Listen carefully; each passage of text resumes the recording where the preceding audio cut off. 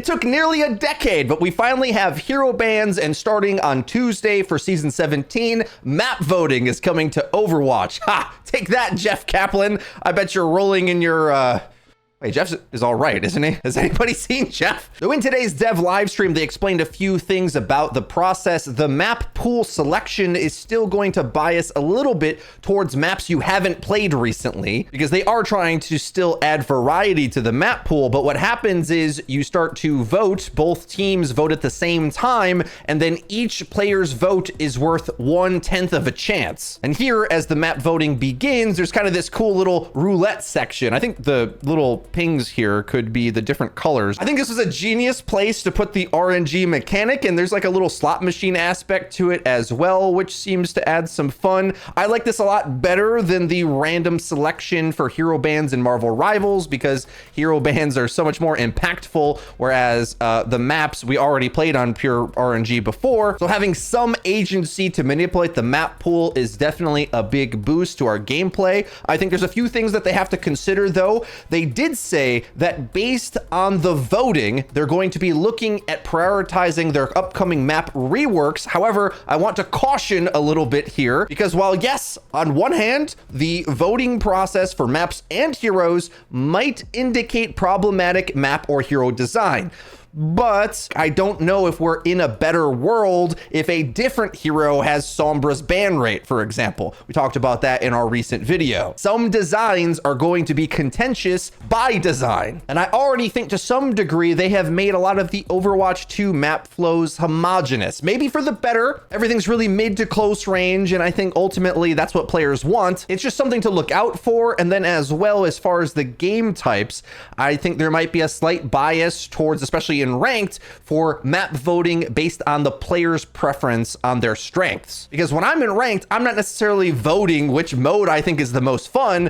It's the one that I think I can win, because I want to selfishly gain SR. So for me as a player, despite me thinking Control is a really fun up-tempo game mode, I also don't prefer it, because I prefer the slower modes where are more about ult execution, either ult economy, which is kind of like Flashpoint, or breaching and clearing space strategically, like in Hybrid. Whereas I think Control is like the most brawly game mode, where counter picks are stronger and raw mechanics and playing up tempo gets you a lot farther. On top of that, each individual player is going to have their own preferences based on their own individual hero pool, want to bias towards the heroes they're good at. But in general, I don't think map reworks are a bad thing. They've been almost universally praised and almost taken for granted in Overwatch 2, just how much better the maps are. Now, maybe that's just because in a multiplayer online service competitive game, we always should have expected the maps to be good. Like, why did Overwatch 1 have horrible assault maps, for example? They sort of got away with that because they were the first hero shooter on the market, and that old Team 4 dev team for Overwatch 1 was really kind of feeling themselves on a lot of decisions. And seemingly we're just okay for extremely problematic map game flow to exist, whereas now the new developers on this live stream are going over every nook and cranny and line of sight spot and adding extra cover, making for the map flow to be very competitive, which I am incredibly grateful for. Also, I will note, since I haven't mentioned it yet, that map voting will be in quick play as well, which I think is a little interesting of a decision, because it doesn't have hero bans, but it will have map voting, and perhaps map voting will be even better for quick play, or worse, I'm not exactly sure.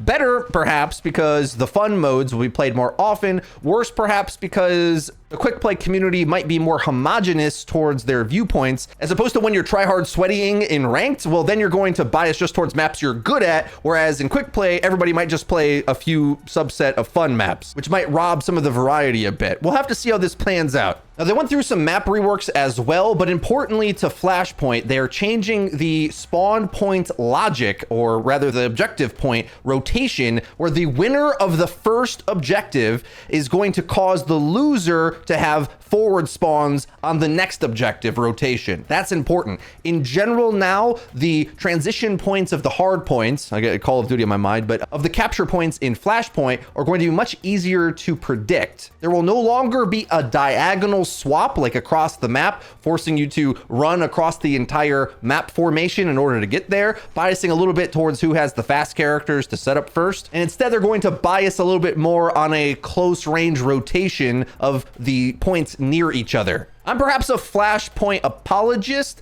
I like this mode. I don't mind the randomness. I think it benefits you if you have smart ult economy, knowing that even if they get an easy RNG on 2 capture points in a row, you do have the opportunity to save your ults. Don't try to clutch every single point, and instead try to benefit on your defender's advantage when you do have access to get back in the game. Though I will say it is a little bit more random. However, do we really want every mode to feel as perfectly balanced and symmetrical as push? I like Flashpoint, but maybe I'm just an agent of chaos. But hey, this little nook and cranny that they put on this staircase, as well as the water down at the bottom of the control point, very nice touch. In general, they were saying that they're trying to make more grand open entrances to the control point so that you actually can get to them, because so much fighting in these modes happens in claustrophobic chokes. And another major focal point was to try to make more logic to the map flow so that your team can stay together easier when transitioning from one point to the next. I also think if there just is less cross the map rotations, then that will be easier in general, because the point will probably be like on the next corner next to you. New Junk City was my least favorite map in the pool due to its terrible chokes and designs and pathing,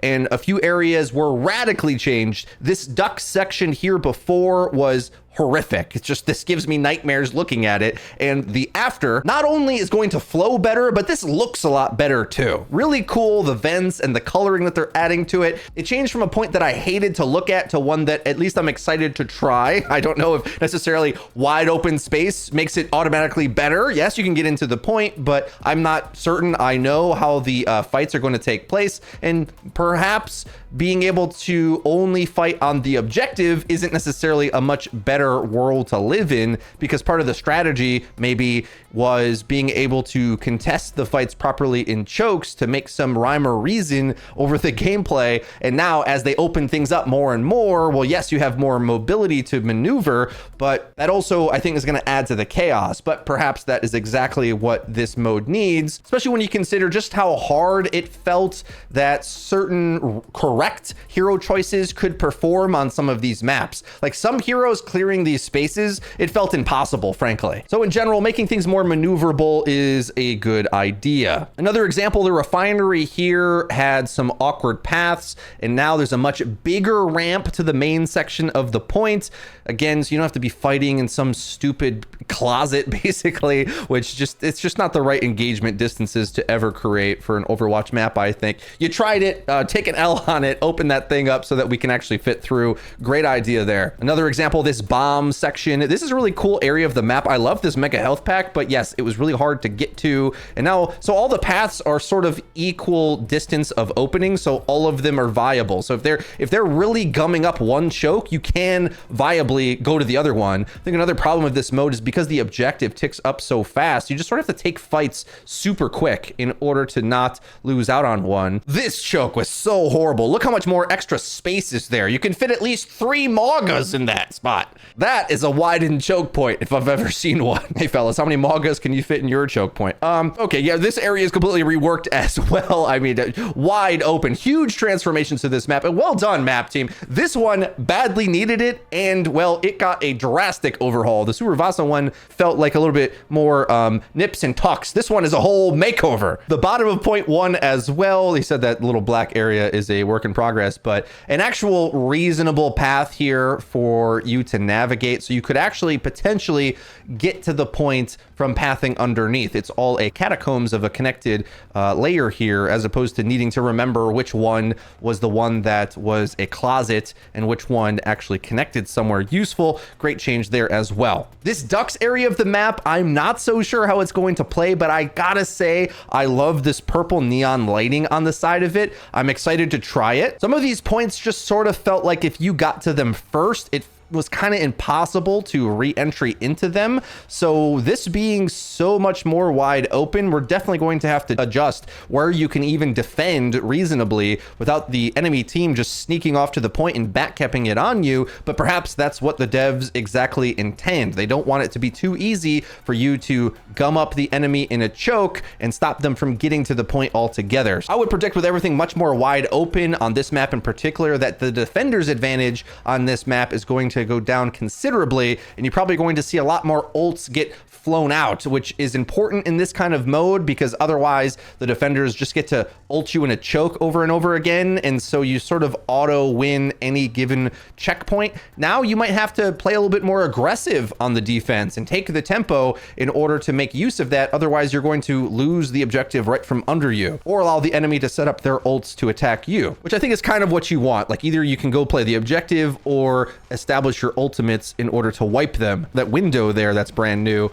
Refinery wide open, showed that earlier, love to see it. Now we're going on to the next new map, Atlas. So this one is where they are trying to make use of the lessons they learned in the previous Flashpoint map designs, with the major improvement being that the forward spawns are now going to be located underground. So they're much more tucked away once you're in that transitionary mid-map spawn as the point rotates. That's important because overall the run distances from one point of the map to the next is much smaller because they essentially robbed out or moved those extra buildings on, New Junk City. There's like irrelevant buildings scattered everywhere because they're functionally a spawn point half the time. Now those are tucked away into this kind of subway station almost underneath the ground, which pretty good economical use of space. So happy to see that. Another thing they emphasized about this map and what they're attempting with this mode in future maps perhaps is more gameplay variety from each section of the different points,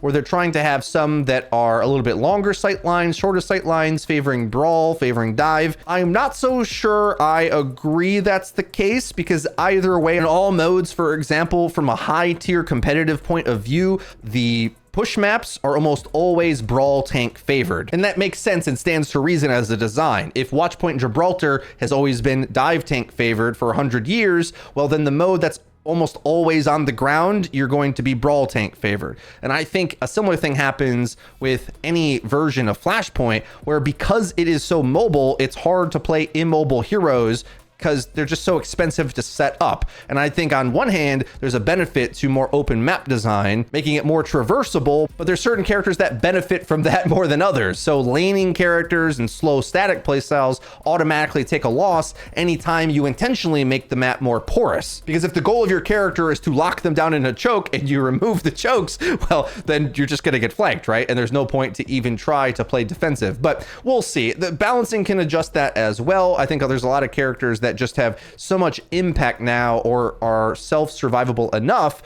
that they can get away with those playstyles thanks to the decent balancing across the different archetypes of characters in the game. All right, guys, well, Season 17 launches on Tuesday. We're going to get new stadium heroes and maps, dual mythic skins at launch, new Flashpoint map, Atlas, and map voting in quick play and competitive. With the combination of hero bans and now map voting and improving the rest of their modes, I really feel like Overwatch has been picking up some steam as of late. No pun intended, because nobody plays the game on Steam. Let me know your thoughts in the comment section down below. If you did enjoy the video, please be sure to leave it a like. Make sure you don't forget to click subscribe so you get notified when our videos come out. That's been it for me. I've been Frito. I'll see you guys next time.